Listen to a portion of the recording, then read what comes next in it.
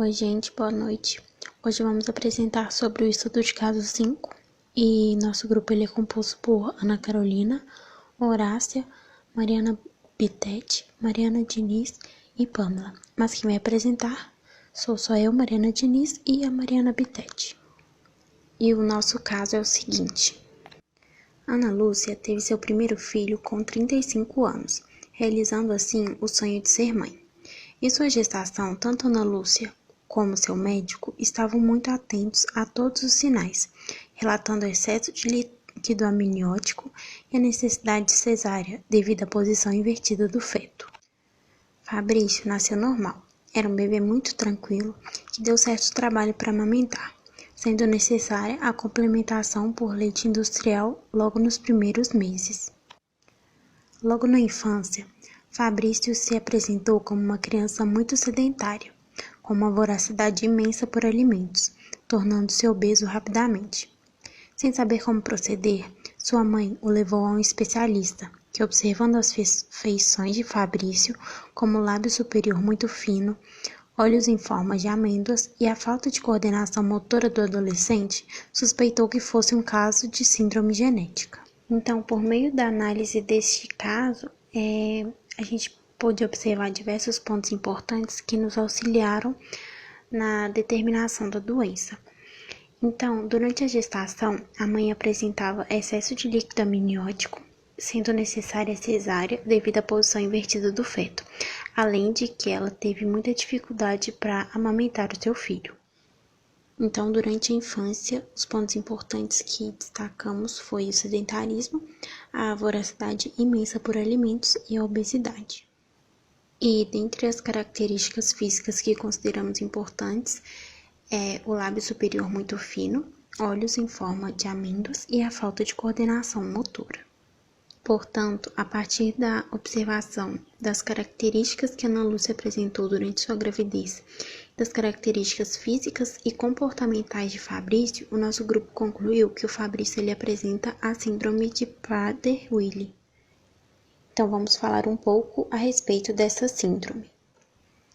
A síndrome de Prader-Willi, ela foi descrita pela primeira vez em 1956 por 3 médicos suíços, Andrea Prader, Elix Lemhart e Heinrich Willi. Desculpa se eu tiver falado algum nome errado. Ela ocorre aproximadamente um caso a cada 15.000 a 30.000 nascimentos vivos, em ambos os sexos e em todas as etnias. Dessa forma, a síndrome ela ocorre em todos os grupos sociais, classes socioeconômicas e regiões geográficas, sendo homens e mulheres igualmente afetados. Estima-se que existam hoje no Brasil cerca de 13.300 a 20.000 pacientes com a síndrome. E esse baixo número de pacientes mostra que grande parte das pessoas elas não têm acesso à informação. Então, possivelmente, pode ter mais pessoas com essa síndrome, mas elas não apresentam diagnóstico devido à falta de informação. É uma síndrome grave, complexa e que até o momento ela não tem cura. O modo de herança dela é autossômico dominante ou não aplicável. E esse não aplicável é porque cerca de 1% dos pacientes com essa síndrome, eles apresentam um diagnóstico clínico com um mecanismo genético ainda não identificado. Então, o que é a síndrome de Prader-Willi? Ela é considerada a principal causa genética de obesidade infantil e, na grande maioria dos casos, ela é resultado de um erro genético aleatório, não hereditário, que ocorre durante a formação dos gametas. Então, esse erro genético ele ocorre na hora da concepção. Essa síndrome de Prader-Willi, ela é uma doença neurogenética que ela é causada pela perda da função dos genes de origem paterna no segmento 15q11q13 no cromossomo 15. Desculpa se eu tiver falado a pronúncia errada. Dentre os principais erros genéticos, pode-se destacar a deleção do gene paterno, que ocorre em cerca de 75 a 80% dos casos, a dissomia uniparental materna, que significa que a criança ela tem 2 cromossomos da mãe e nenhum do pai, e isso ocorre em cerca de 20 a 25% aproximadamente, e defeitos no centro de imprint, onde existem 2 cromossomos materno e paterno, só que o paterno ele não funciona corretamente e ela ocorre em mais ou menos 1% dos casos. E ainda tem 1% dos pacientes com a síndrome de Prader-Willi que eles apresentam um diagnóstico clínico com mecanismo genético não identificado, que foi o que eu falei anteriormente. A pessoa que carrega a síndrome de Prader-Willi apresenta algumas características específicas. Hipotonia grave, que é a diminuição do tônus e da força muscular, causando moleza e flacidez. Quando criança, o bebê apresenta um choro pouco vigoroso, reflexos primitivos fracos e problemas em respirar e dificuldade em deglutir. Conforme vai crescendo, ele apresenta dificuldade em sentar e levantar e pouca coordenação motora. Hiperfagia é o aumento anormal do apetite. Com mais ou menos 1 ano de idade, após um quadro de dificuldade de alimentação, o paciente desenvolve hiperfagia extrema e vem em conjunto com comportamentos obsessivos, como de roubar, estocar ou pilhar alimentos. O aumento do apetite, somado com a baixa atividade metabólica, causa obesidade acentuada no paciente. Essa obesidade pode acarretar quadros de doenças cardiopulmonares e diabetes. A pessoa com síndrome de Prader-Willi apresenta deficiência motora, resultado da hipotonia, certo atraso no desenvolvimento da linguagem, por conta de seu QI médio de 60 a 80, que representa um leve retardo mental. A maioria dos pacientes desenvolve também um padrão comportamental que engloba crises temperamentais, distúrbios obsessivos compulsivos, dificuldade para se adaptar a novas rotinas, teimosia, birras e comportamentos controladores e manipuladores. Fisicamente, os pacientes apresentam olhos amendoados, boca triangular, mãos e pés pequenos, genitália externa pequena, diâmetro bitemporal encurtado, leve estrabismo e baixa estatura, causado pela baixa concentração dos hormônios de crescimento. A altura média das mulheres com a síndrome é de 1,48 m e dos homens é de 1,55 m. O paciente com a síndrome de Prader-Willi pode desenvolver algumas complicações. A osteoporose, que facilita fraturas e fissuras nos ossos, pode ocorrer desde criança, por isso recomenda-se o exame de densitometria óssea. A diabetes mellitus tipo 2, decorrente principalmente da obesidade, sendo necessário o acompanhamento dos pacientes, principalmente os obesos. Alguns problemas dentários, incluindo hipoplastia do esmalte, que é a formação incompleta ou defeituosa da matriz orgânica do esmalte, bruxismo, e eles possuem também uma saliva mais espessa. Alguns podem desenvolver escoliose, que pode ocorrer precocemente, e é um desvio anormal da coluna. Problemas gastrointestinais, como ruptura gástrica e necrose, seguidos da morte.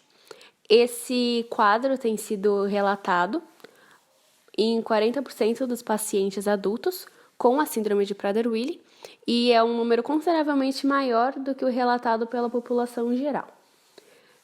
Além disso, pode ocorrer o esvaziamento gástrico lento e a ausência de vômito. Agora, a respeito da qualidade de vida. Para que a criança ou bebê com essa síndrome possa alcançar seu potencial máximo, ela precisa de acompanhamento de médicos com experiência na síndrome e também de uma equipe multidisciplinar, que inclua fonoterapeuta, nutricionista, fisioterapeuta, terapeuta ocupacional e psicólogo. Se houver um controle rigoroso do peso, a expectativa de vida ela pode ser normal.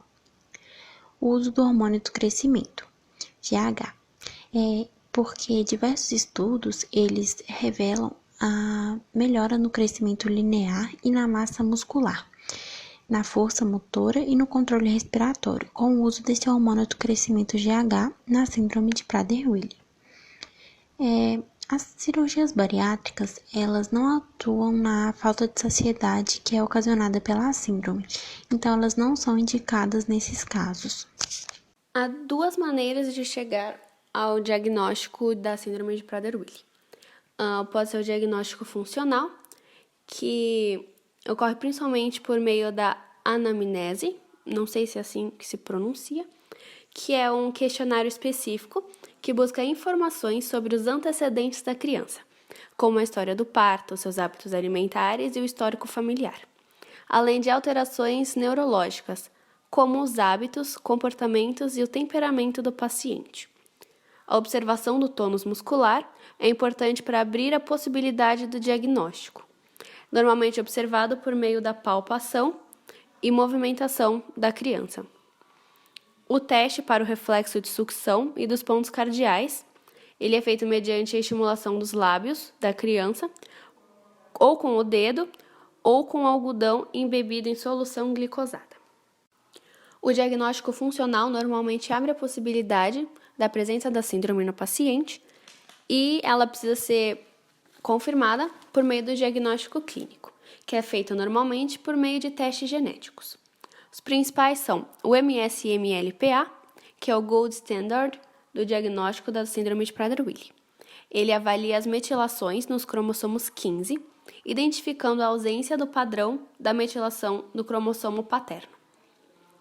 É feita também a hibridização in situ fluorescente, ou FISH, que aplica marcadores de fluoróforos na região de interesse e leva essa amostra ao microscópio de fluorescência a fim de identificar alterações cromossômicas específicas, como translocações, deleções e amplificações que possam causar a doença.